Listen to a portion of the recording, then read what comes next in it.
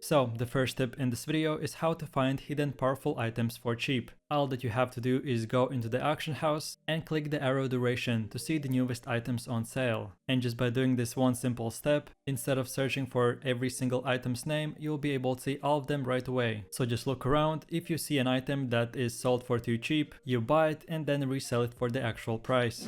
Then moving over to the second tip, which is on how to skip mobs in any dungeon. So what I like to do is go into the solo dungeons, and instead of killing the first mob I see right away, I either way run past him to the second or the third mob group, or I just buy a invisibility potion. The best thing about skipping mobs is that by not killing the first mob groups, you don't lose that much of a fame. And if the PvP players go into the dungeon and they see that the mobs aren't killed, they will most likely think that this dungeon is empty and there's no player. Then the next tip is which is the best place to find any builds you want. So all you do is go into the albiononline.com/character builder, and this is the best place to find any build you want. So for example, you want a 1v1 build for dungeons, so you simply type a weapon's name or just in general look around and you'll be able to find all the abilities, passives, what are the best gear pieces and much more. Then moving over to the next step, which is what is Tome of Insights and how to use them. If you did not know, there are such an item called the Tomes of Insights, and basically what they do is when you click them, you will get rewarded with fame. So for example, if you are a PvE player and only like to gather and make money, instead of doing 50-50, so going fame farming and PvPing, you can only do fame farming, or you can only go PvPing, and after you make that money, you can buy these Tomes of Insights and exchange them for fame. AKA fame, if you did not know, is experience, so you can simply level up your weapons just by spending money instead of grinding hundreds of hours. Then the fifth tip is why you shouldn't buy an island. As well a beginner, the only thing that personal islands do in cities is that you have a place to store your gear, but as a beginner, or at least the first month in the game, you won't be putting any farms, you won't have that many items, and the normal chests, aka the personal vaults, will be definitely enough storage to put anything you want.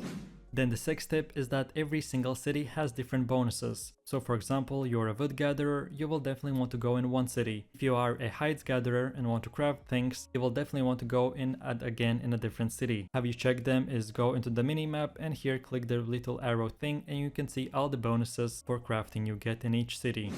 Then the next one is how to check any player stats, build and etc. It's a super simple step. All you have to do is select them by clicking the arrow on them and then pressing Y on your keyboard. And here in just 1 second we can see any player's build, what they are running, what gear piece and more information about them.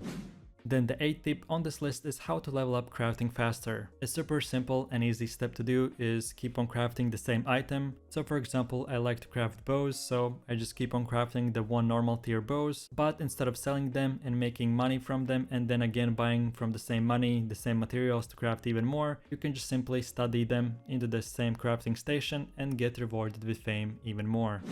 Then the 9th tip is how to highlight only specific shops. There is one simple feature that I really like is whenever you open your minimap, which is N, you can click on any shop and it will highlight it. So for example, you're looking to craft a potion, click on the potion shops and you'll be able to see all of them highlighted. Then just select the one which has the lowest fees and go there. Then the 10th tip is what is food and why you should always use it. No matter what tier you have, you always should have food on you. The food is super cheap, even if you use tier 5, you don't have to use the highest tier, but what food does is every 30 minutes it gives you bonuses. So for example, you're gathering and you want to have extra carry capacity, you just eat pie and for 30 minutes you'll be able to carry more. If you're a PvP player and you want extra strength, use a stew and you will get extra added damage. Especially you don't have to use the highest tier, so always have it. So a lot of times people ask, how do I see the advanced killboard? All you have to do is go into albiononline.com/killboard and here you'll be able to see every single kill or death that happens in the game. A lot of times people like to fight 100 versus 100 fights and then they like to see who team won or who lost. So just simply going into this website, you'll be able to access all the information. How much fame did they get, what they were carrying and stuff like that. Then, the 12th tip on the list is how to buy a city plot. The simplest and best way to buy any city plot to build your own market shop or whatever you want is look for sale signs, which are indicated like this. Then when you click them, you can see the current lease price and when the next auction house timer starts. For example, it will be 2 or 3 days from now, so you just come back to 3 days from now and you'll be able to select and put your own price, and if you match it or if you put the highest price, you'll be able to buy it for extended amount of time. Then super important tip in the game which a lot of players don't know is that banks and marketplaces are not connected. So every single city has its own marketplace and auction house. If you sell, for example, in Martlock, other players in Caerleon will not be able to buy it or see it. So this is a really good way to make money. You buy where it's cheaper and sell where it's more expensive. Then moving over to the next one, which is how to check your own character stats. All that you have to do is open your inventory and select this small arrow. And here you can see all the abilities, all the item power, and everything else you would want for your character. Then as for the next tip, we have how to respec or move from one weapon to another. So in Albion we have an amazing thing that if you level up, for example, only bow, but you got bored of it, you can easily respec it. So remove fame from the bow and put that fame in weapon. All that you have to do is go into the destiny board, click the weapon and move the arrow thing from the level you have. So for example, I have level 50. So what you do is move that bar from level 50 to 0 and you will have to pay, for example, 1000 silver or 1 million silver. Then you will get all that fame for credits, and the same thing, you just go into the weapon you want to use, move to the level which you have the credits for and just spend them. Then the next step is what are gathering bonuses and how they work. So whenever you're using gathering gear, you will get gathering bonuses and they will proc to 10. If you just log into the game, the gathering proc will be only 1. So what I suggest for you is if you find an 8.3 material but you don't have all the 10 stacks or procs, just look in the left top corner, just wait a few seconds or few minutes, you will get all 10 stacks and then you better use your pickaxe, axe or whatever and get that material. These procs will help you to get a lot of better returns, and this is the simple way that you can make money and not a lot of players know it. So let's see, what is the best way to move around the cities and locations? In my opinion, the best way to move around the cities is to use underground tunnels. Most of the time, new players, old players always use normal locations and are on the map itself. But there is a thing that from cities you can go into the underground tunnels, especially from Caerleon. There are 4 directions which you can go. A lot of times gankers only look for zones or camp one specific spot, but underground tunnels you can easily use them. So go underneath Caerleon, move just anywhere you want. So instead of moving one location, you will move to right away on any direction you want. Underground tunnels are the best thing, and it's almost 99% of the time that there are no flag players whatsoever. Then as for the 18th tip is not to forget about taxes. Yes, we have to pay taxes, especially in Albion as well. If you are not a premium player, definitely the taxes will be even higher for you. But whenever you're selling or flipping items for cheap and selling for expensive, always don't forget about taxes. You have to pay them when selling an item. So buying one item for 10 silver and selling for 12 silver will definitely not be worth it because the tax will be 2-3 silver, so you will make no profit whatsoever. Then the 19th tip is how to find the best guilds. What I like to do is go into the season rankings for guilds, just select or see the top 50. Another great way is to go into the Albion Online forums and see if there are any good guilds recruiting. Most of the time on the guilds itself there will be Discord invites or anything like that, so just see which guild you would like, which you meet the requirements for, so if you have enough PvP fame or PvE fame, and then move from there. If you are a new player, look for smaller guilds and then progress your way up. Then for the next step we have what are Albion settings and how to adjust them. A lot of games may lag or seem very weird with super high settings, but Albion is definitely not one of them. I personally run 200 FPS without no problem whatsoever with about 5% CPU usage. So the only thing I would adjust from the normal default settings is either I put everything on high or epic if you can, or if your PC can handle it. But the only thing that you would not want is don't check the VSync option. It will definitely not be worth it. When I had check VSync on, I had a bunch of sync problems and the game felt kind of weird, so just don't click the check VSync and everything else just leave it on normal. Then the 21st tip is that you can actually move chat, and just by clicking here we can easily move it to anywhere you want. You can make it bigger, smaller, you can lock it in one place, remove things, add things, so put it in the best place you want. You can make it super small or super big, so feel free to remove tabs or add them to your own preference. So for example, if you don't like the recruitment tab or you want to add an extra one, you can easily do all of that in this chat settings. Then the next tip is you can check your FPS and ping by just going into the chat tapping /FPS and /ping. Then you can see in the top right corner and do the same thing if you want to remove them.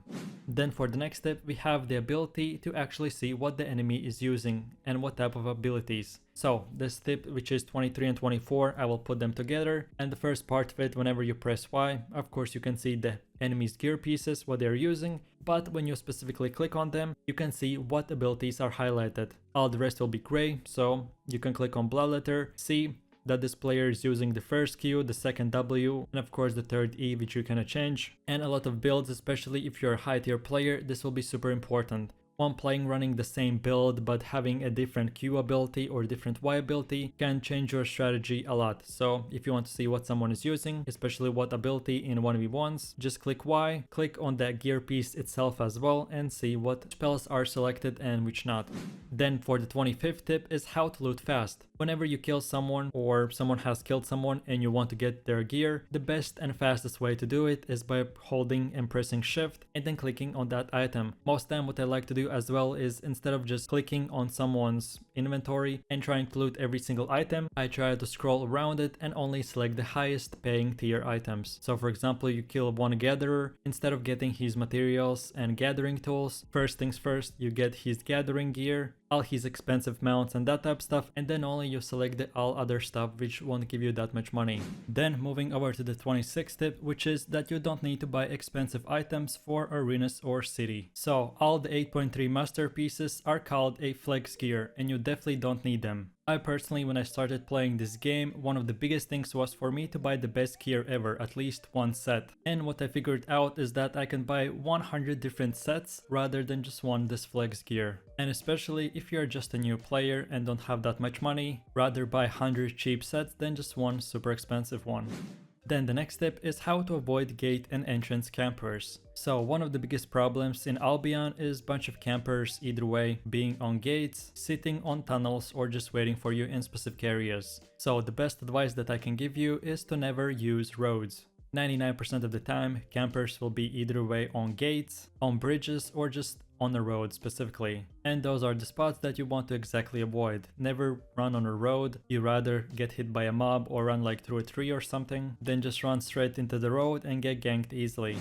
Then the 28th tip is why you should always have a tier 4 nature staff. So one of the biggest things in Albion is that you can use every single weapon if you just level it up to tier 4. And one of the best things to have is at least one nature staff to tier 4. What I usually like to do is when I go ganking or just open world PvP or fame farming, I bring a tier 4 nature staff. Maybe your group gets ganked and your healer dies, or maybe you have a 1v1, or maybe, I don't know, you get ganked by 3 or 4 people. If you just have a tier 4 nature staff sitting in your inventory, you can easily equip it and either way become your group's healer and save them, or just save yourself, because it's so much harder to kill a one healer rather than just a normal PvP player.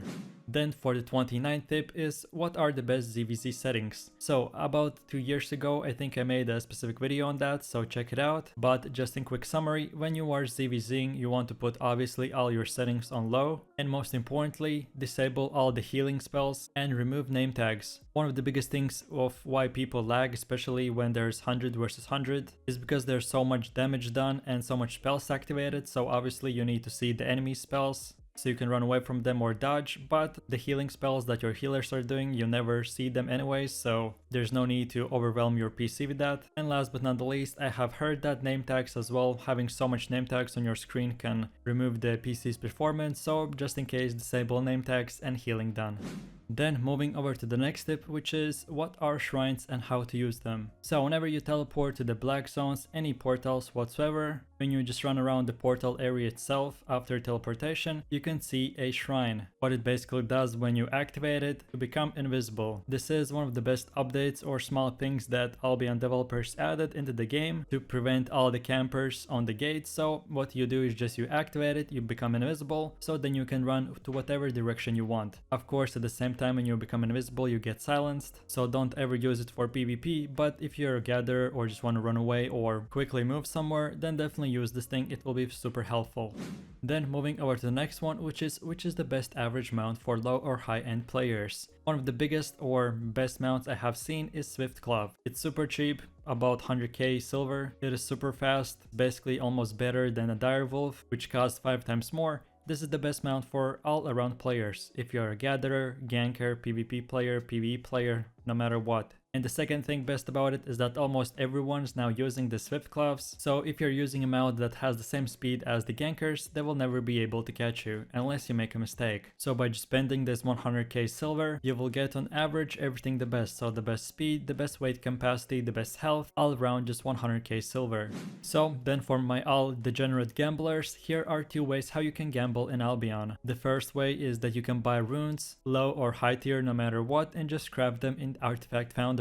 And what it does, basically you can buy for example 50 runes, then you put them in the foundry and there's a chance that you can get either way a super low tier or high tier artifact. And each of them could cost about 10,000 silver or even up to 1 million. And then the second one, which is the least most profitable but the most rewarding, which is re-rolling items quality. Like I just mentioned, it's super risky and almost 99% of the time not profitable, but if you want super high risk and super high reward, then if you have a 8.3, I don't know, normal item or a gear, you just put it into the repair station, try to re-roll it, and maybe you will get lucky and get a masterpiece. Then moving over to the next one, which is how item stacking works. So it's super simple. If you have the same quality, same durability item or gear piece, it will stack. But as soon as, for example, we have two nature steps, both of them the same quality, but one has, for example, 90% durability and the other one has 60%, they won't be able to stack. And you can simply, on the bottom right corner of each item, you can see number 1, number 2 or 3. That means how many items are stacked in that one item. So here you can see two different items, we can put them together and now they are two stacked in one. This is a super straight thing to know, but maybe you didn't, so here it is. Then the next one is how you can move around the game by just using minimap. So one of the biggest things I learned early on is to use always minimap. Whenever you take it any location in the game, you can see that there are so many things that you can run into. There are canyons, there are places that are most likely to be camped by PvP players, and just all around, if you get hit by a mob, it right away slows you down, which will make you an easier target for other players. So the way I do it is whenever I'm using a mount, I always keep on opening my minimap. If I'm, for example, going on a road, then yeah, sure, I don't need it. But as soon as I'm not aware of the minimap's layout, or there are a lot of like barriers or a lot of paths, right away I open my minimap and just keep on running while minimap is open. It is one of the best ways for escaping and moving just through the maps. It will be a lot quicker, you won't ever get stuck in one place, and you will move around the map as well faster. Then the 35th tip is how to use your character wardrobe. So if you didn't know, in the game there are a bunch of skins which you can buy or just achieve and get and equip them. For example, here you can see my character which is full skeleton, and if you did not know, this gear almost cost me only like 100k, and you can do the same thing for yourself and get it as well. So just go to your character icon, or basically like the avatar, click here, and now you'll be able to see a whole wardrobe that you can buy.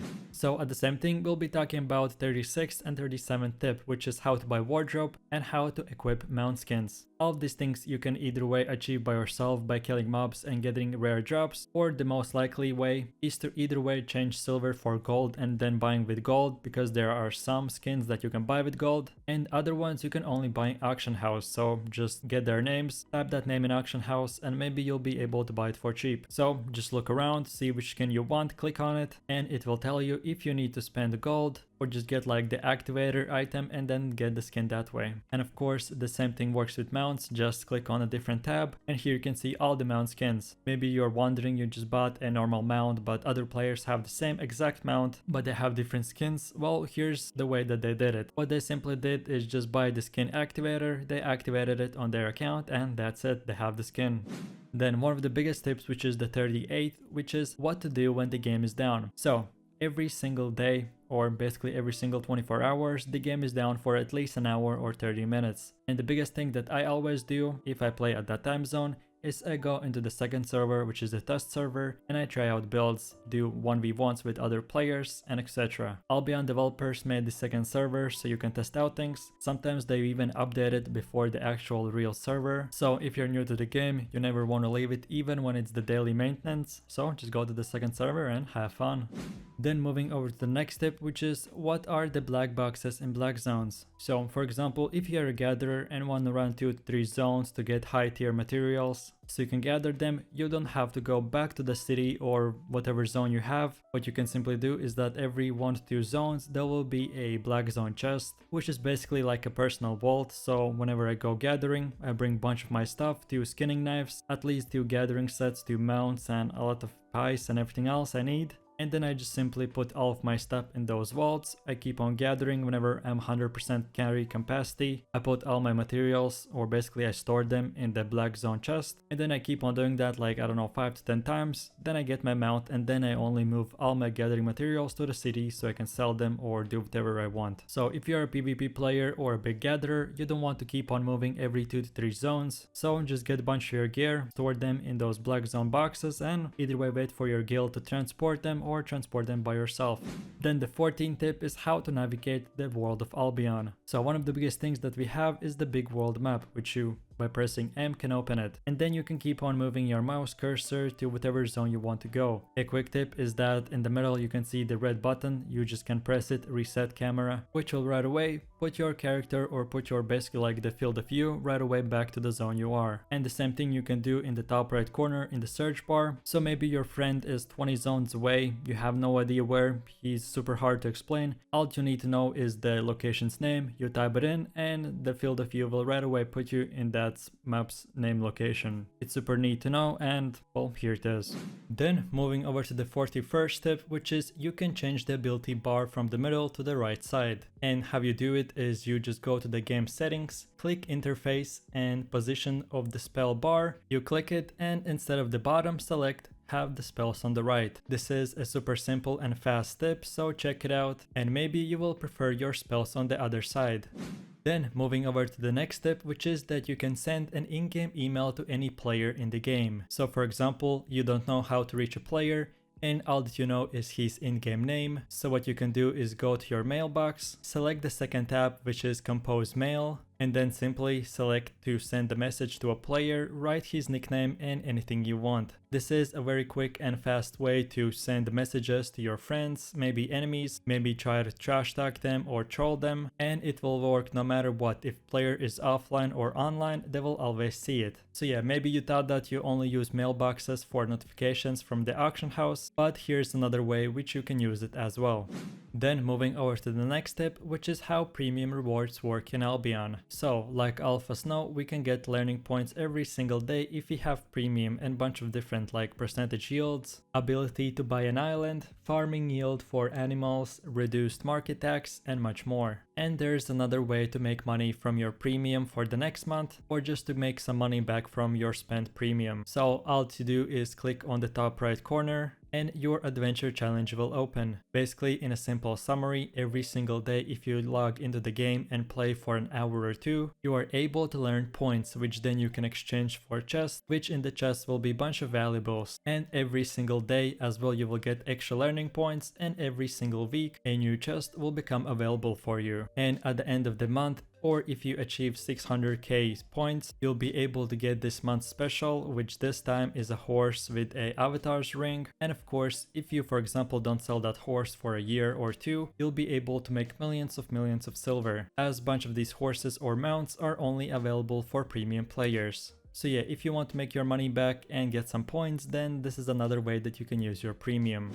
And the next step will be very similar to the previous one, is why you should always log into the game at least every 24 hours. So, like I mentioned a little bit at the start, if you log into the game and even play like for half an hour, you will get learning points. And the best thing about them is that you don't even have to have premium. So just simply log into the game, play 2 or 3 arenas, or just go outside into the black zone or wherever, gather, get some points, and you will get learning points, which then you can collect and exchange them in the destiny board. Either way to level up your gathering, PvP fame, or anything you want. A lot of games make players to come back every 24 hours for their player base to be healthy. So yeah, if you have that possibility to log in every single day in Albion and play for a bit, then for sure use it and get these free rewards.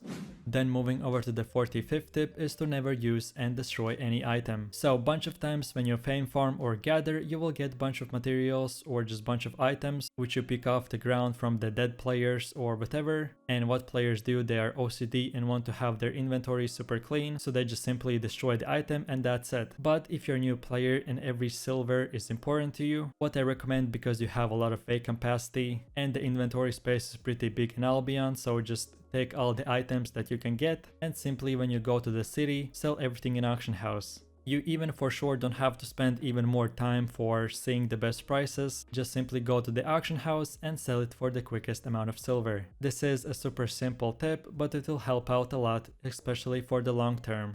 Then moving over to the next one, which is I will explain the difference between different capes and how they work. So if you're an old player and haven't played Albion for a long time, it used to be only one single type of cape, which you would get some bit of energy, but now there are a bunch of them, and every single one will give you different passives. So for example, every single gear item or even a weapon has a passive, and now capes have two. So not only you will get added energy, but as well a passive which will activate every minute or two depending on the cape. So for example, on me I use the demon cape for my frost build, and every single time I use my weapons E ability, it will activate and I will get 50% attack speed. Of course it has 1 minute and 40-second cooldown, but it's super good, super valuable, and for sure if you're a new player, don't care about it, just take the normal cape, it will be super cheap. But if you're interested in ganking and PvP, then definitely look into different capes. Then the 47th tip is how do you decide which mount is the best for the job. So for example, if you're transporting, you want to look for an ox. If you are a PvP player, you want to look for armored horse or super fast mount. So there are two things or two factors that I decide between. It is the mount's health/speed and its price. What I usually like to do is look between a mount's price, which is 50 to 100k silver, and usually the best mount for it is a Swift Claw. And if I'm transporting, I usually go for tier 4 or tier 5 ox, and the price usually fluctuates between 20 to 50k silver. To be honest, I only would recommend to use an ox for a city, so if you're a crafter, you want a lot of materials, then use the ox and move around the city and different crafting stations. But if you want to transport, then the best thing would be to use the normal PvP or ganking gatherer's gear set and the same mount. So yeah, you'll have to move a lot of times more to be able to transport all of your stuff from one city or from one location to another, but it will be 20 times safer and 20 times faster. So in a quick summary, never use an ox,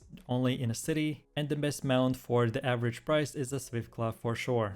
Okay, so then one of the last tips is how can you fast travel to any city without a gear. The best thing I like to do is get naked, of course only in Albion, and then travel between different cities and look for different prices. So you just simply go into the city, click the fast travel guide, and you can teleport to any city you want. Then for example, look for a Martlock cape, teleport between different cities and compare the prices. When you decide on which item you want to sell or buy, then go back to your city which you have all the items and materials, and then just do whatever you wanted to do. This fast traveling naked and to friends islands is super nice and fast way to do it, and of course if you don't have any gear or any items on you, it will be for free. So basically you can travel to any other side of the world in Albion for completely free and unlimited times.